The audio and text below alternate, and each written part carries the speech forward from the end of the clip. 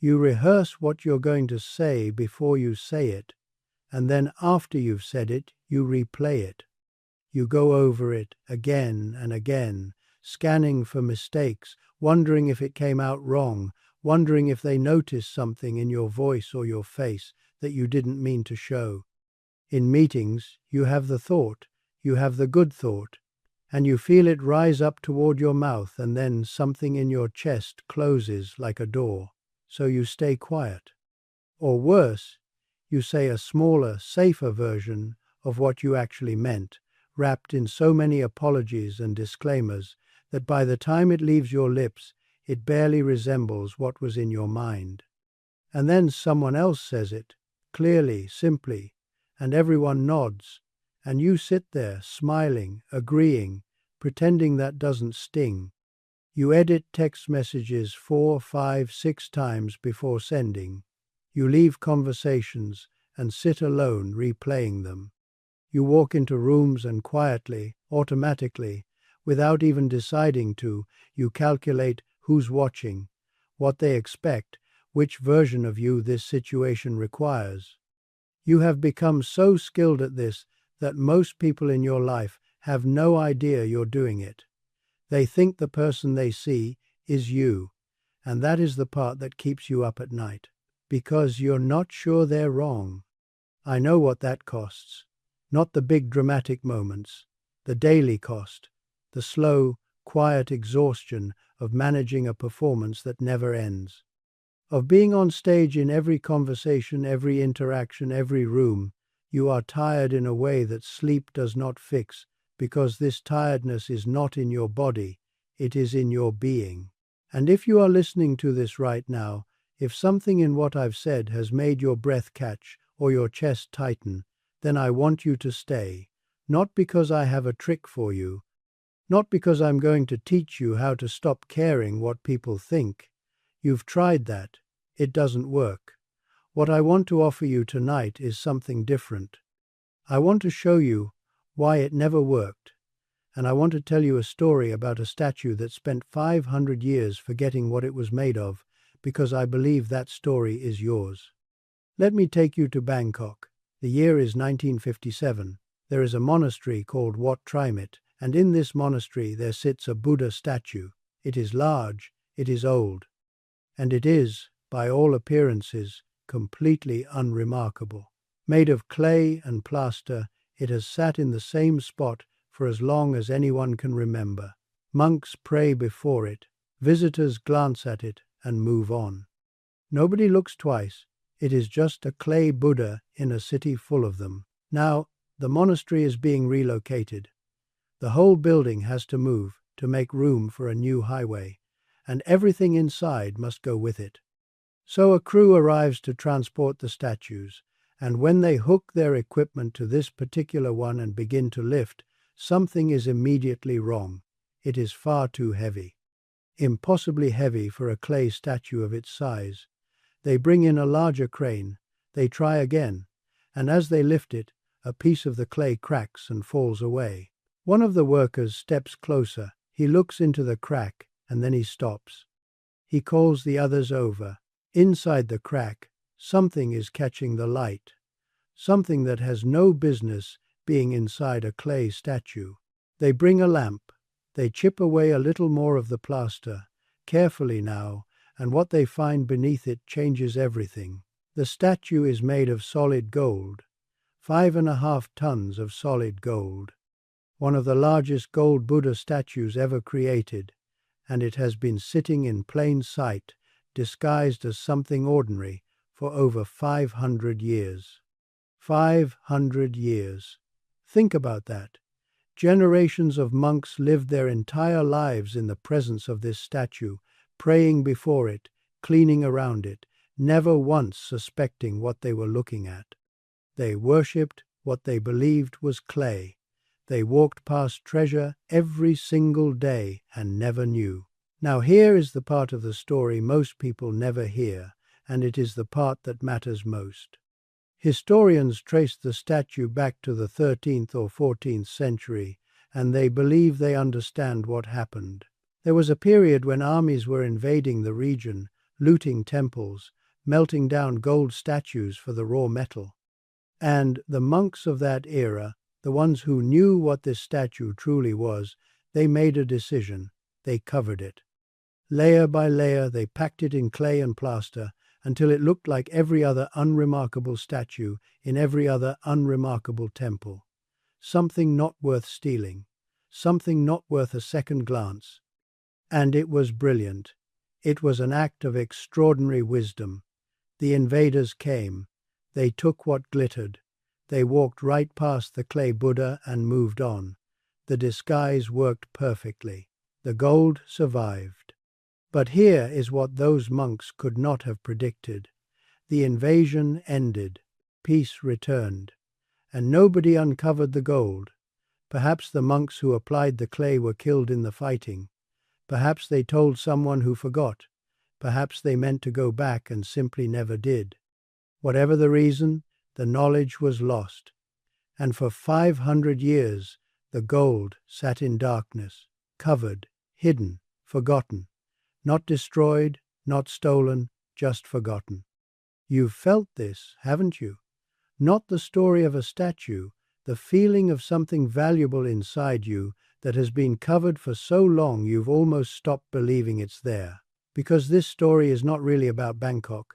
This story is about you. You did what those monks did. At some point very early in your life, probably so early you don't even remember the specific moment, you learned that showing your real self was dangerous. Maybe you were 5 years old and you said something honest and an entire room laughed. Maybe you were 12 and you showed someone what you cared about and they made you feel foolish for caring. Maybe it was quieter than that. Maybe it was something in the air of your childhood home that taught you, without anyone ever saying the words, that certain parts of you were not welcome here. So you did the intelligent thing, the wise thing, actually. You covered yourself. You learned which parts of you the world would accept, and you built a shell around everything else. You studied the people around you, and you became very, very good at giving them what they expected. The right smile, the right answer, the right tone, and just like the clay on that statue, it worked. You survived. You were not looted. You were not destroyed. I am not here to tell you that was wrong. It was not wrong. It was survival. And there is a difference between something that saved your life and something that is now keeping you from living it. Because here is what happened, and I think if you are honest with yourself you will recognize this. Somewhere along the way, you forgot what was underneath. You have been wearing the clay for so long, performing for so long, editing and adjusting and monitoring for so long, that you have started to believe you are the clay. And now when someone looks at you, when someone forms a judgment or offers a criticism, you are not afraid they will see through the performance. You are afraid the performance is all there is. That if the clay cracked open, if someone truly saw past the surface, there would be nothing inside worth finding. Isn't it so? That is the real fear. It has never been about their judgment. It has been about your forgetting. You forgot the gold. And once you forgot the gold, every opinion became a threat, because if you are only clay, then a strong enough criticism could shatter you. But I want you to hear something, and I want you to let it reach deeper than your thinking mind. The clay did not damage the gold. 500 years of disguise. 500 years of every person who encountered that statue believing it was ordinary. 500 years of no one seeing the truth. And when they finally cracked the surface, the gold was perfect. Not a scratch, not a blemish, not diminished by a single ounce. 5 centuries of being misjudged, and the gold did not care. Because gold does not need anyone's recognition in order to be gold, and neither do you. Every judgment that has ever been spoken about you, every criticism you absorbed, every disapproving glance you caught from the corner of your eye, every whisper you were sure was about you, all of it, every single bit of it, touched the clay. None of it reached the gold. None of it could. That is not what gold does. That is not what you are capable of being diminished by. Now there is an old story from the Buddhist tradition that belongs here. A man once approached the Buddha in public, full of anger, and began insulting him, loudly, in front of everyone. He called him a fraud. He called him a fool. He said terrible things one after another, waiting for a reaction. The Buddha listened quietly. When the man finished, the Buddha asked him a simple question. If you offer someone a gift and they do not accept it, who does the gift belong to? The man paused. It belongs to the one who offered it, he said. The Buddha nodded. Then I do not accept your anger. And with that, the entire weight of the man's insult fell back into his own hands. This is what it looks like to overcome. Not force, not armor, just a quiet hand that does not reach for what was never meant for it. You have been accepting every gift, every judgment, every look, every imagined whisper. You have been reaching out and grabbing these things with both hands and carrying them as if they were yours. The co-worker's dismissal, your parents' disappointment, the stranger's glance. You collected them all. You piled them on your shoulders and staggered forward and called this heaviness your life. But you are allowed to set them down, not by fighting them, not by convincing yourself you don't care, simply by recognizing that these gifts were never addressed to you. They were addressed to the clay. They were addressed to a performance, and you are not the performance. You are the gold that the performance was built to protect. You have always been allowed to set them down. Hello? Are you still with me?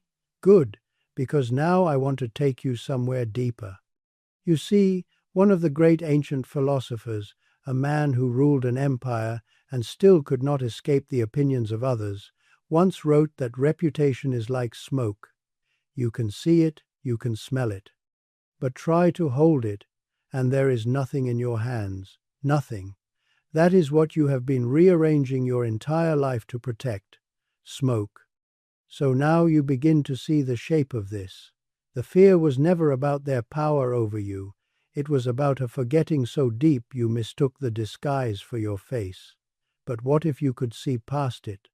Not through effort, not through another technique, through a single question. Who is being judged? I am serious. Stay with this.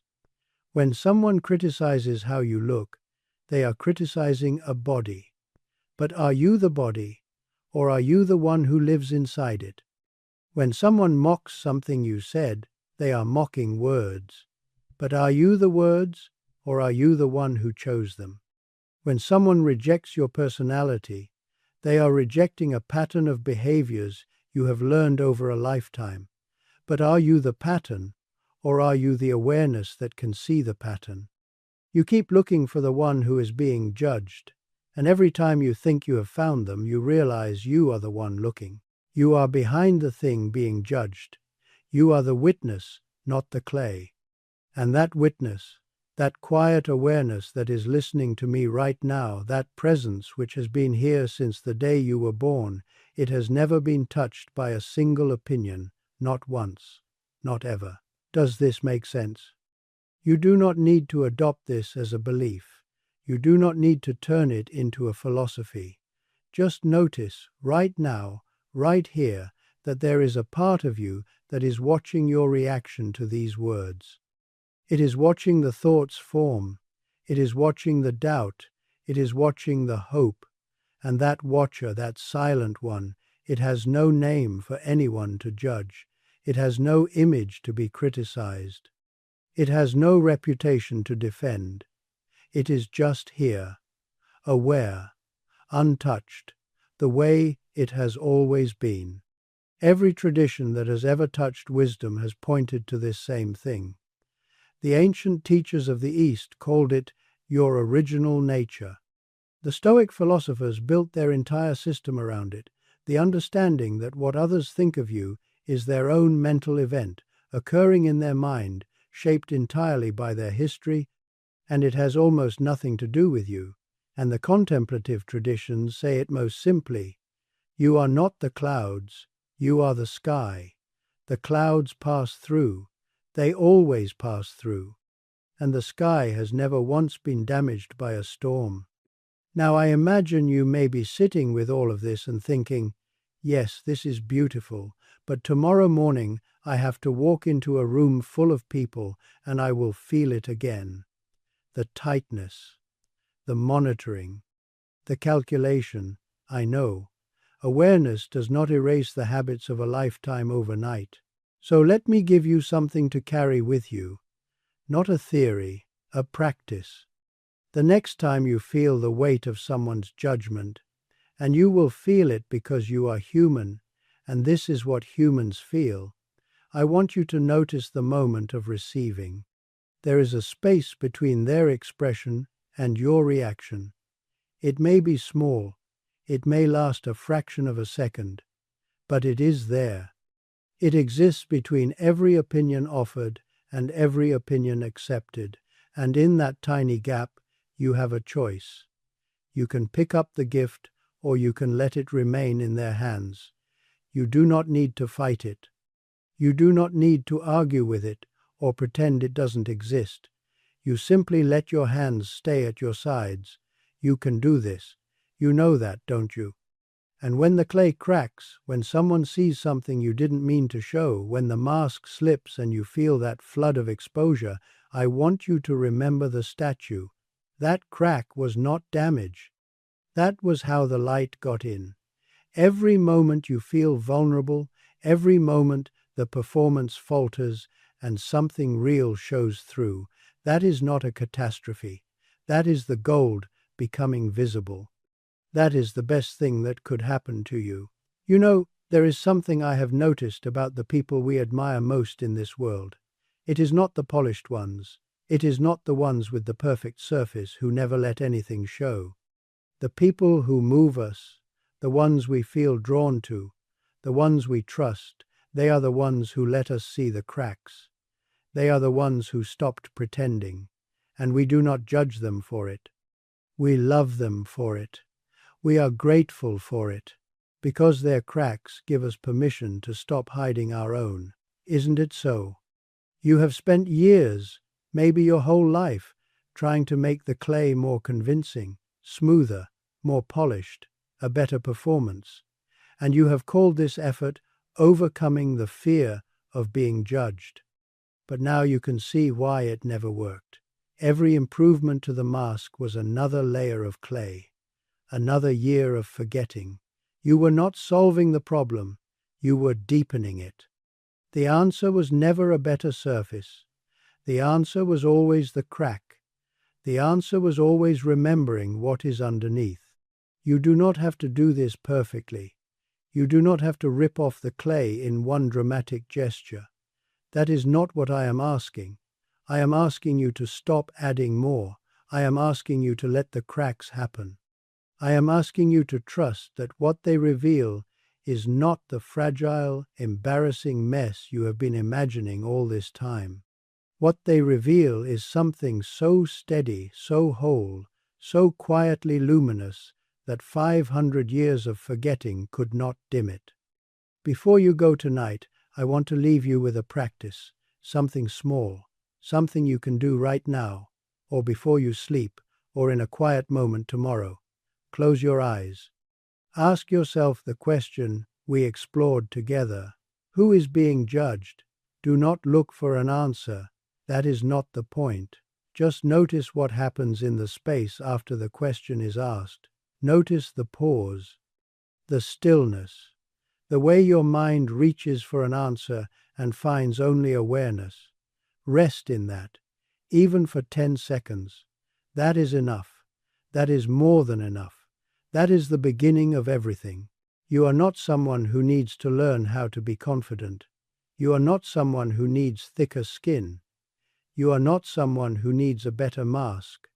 You are someone who has been carrying a disguise so long you forgot it was a disguise, and all that is being asked of you now is to remember, not to fight, not to perform a newer, bolder version of yourself. Just to remember, the gold is already there. It has always been there. It did not leave when you were laughed at in third grade. It did not leave when you were rejected. It did not leave when you sat silent in that meeting, shaking under the table. It has never left. It cannot leave.